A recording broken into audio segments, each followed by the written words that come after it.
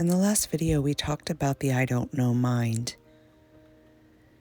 and how pivotal it is to recognize that that is the place to start from. That is the baseline. That is where all the goodness reaches us. The new spiritual buzzword is being in the flow. I find it quite funny because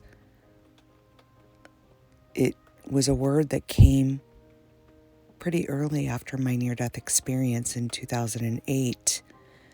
And what I was shown by my birth guide, Bernadette, was to recognize this avatar almost as a cork floating in the river of life. And if you think about the flow with a cork, which is buoyant, that's dropped into a body of water that's nothing but movement, nothing set about it. It is a living body of itself. And that cork, which seems to be its own entity, is dropped into that space.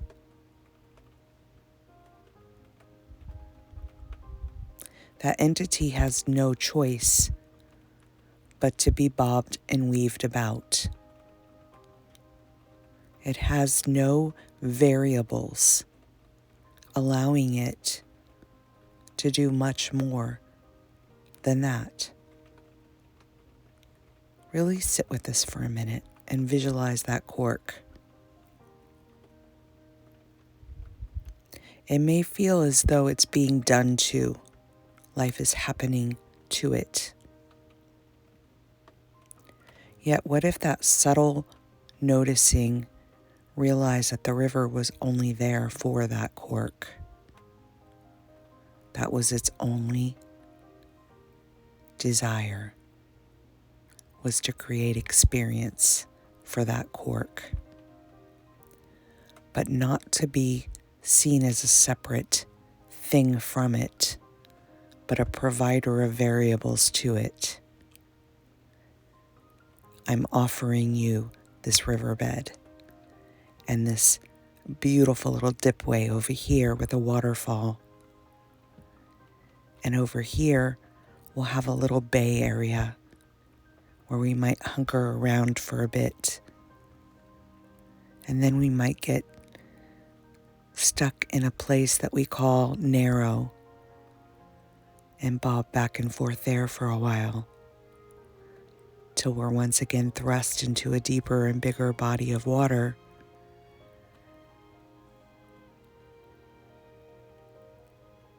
Each of those experiences is being done, not to something, but for something.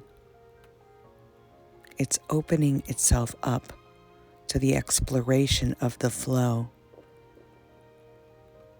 The variables along the way are just the variables along the way. Desire none of them. Cling, attach, resist, and notice the cork just is corked. It's bobbed, it's weaved, it's moved about.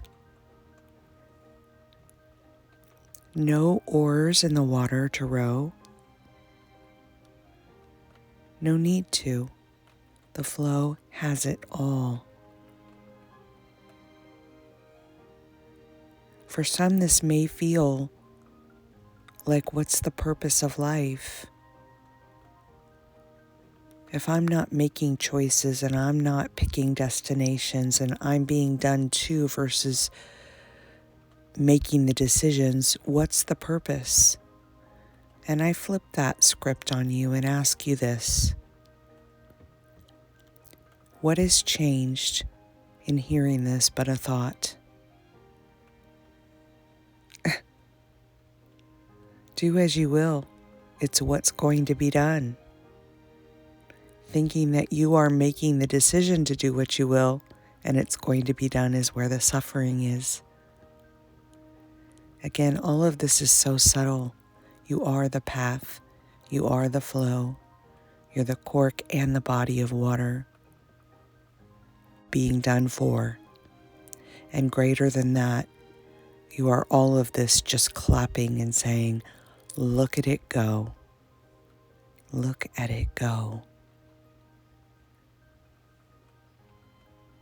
Watch a bag, a plastic bag that's been caught in the wind,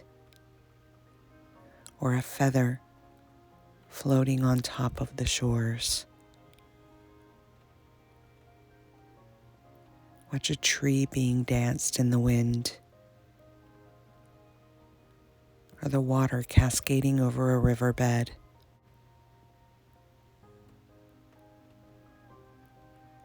They all just are movement,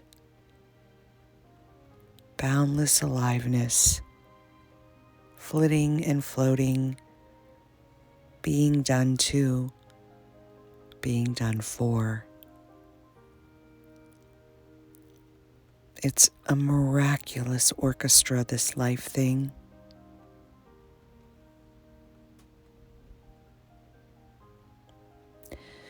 If you can just notice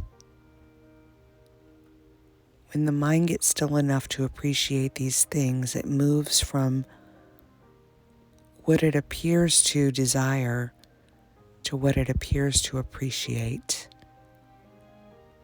Desire is such a strong word. Look at it.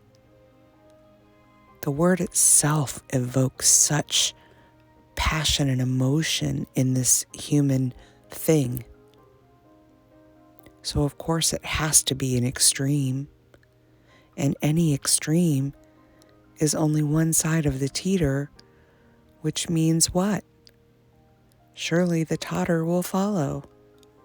Yet if we move to a place that's not quite desire, but just appreciation, notice the flow just kind of sticks around. Because there's not an energy of trying to move further into it or away from it. There's a peacefulness in allowing it to be what it is. So more of that can fill in. These are those subtle variances the story of Kelly keeps pointing to. When you stop and notice that the teeter and the totter are just doing themselves, and you don't lean to one side or the other, you are like that beautiful little joker standing in the middle, leveling it all out. But you're not even that. It's just how it feels. The flow just is flowing. No one doing any of it. We're staying with this a little bit, you guys, because these things are very subtle. Everything that I've discovered or seem to have discovered or seem to have been reminded to remember is so absolutely subtle. Nothing just becomes nothinger. It's not an add-on. It's not a novelty. It's just a new way of noticing.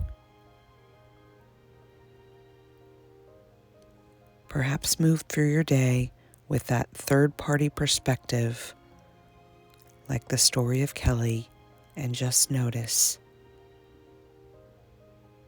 Direct pointing will keep pointing. The finger will keep pointing to the moon. Don't get stuck on the finger or the moon. Just notice it all. Much love. Until next time.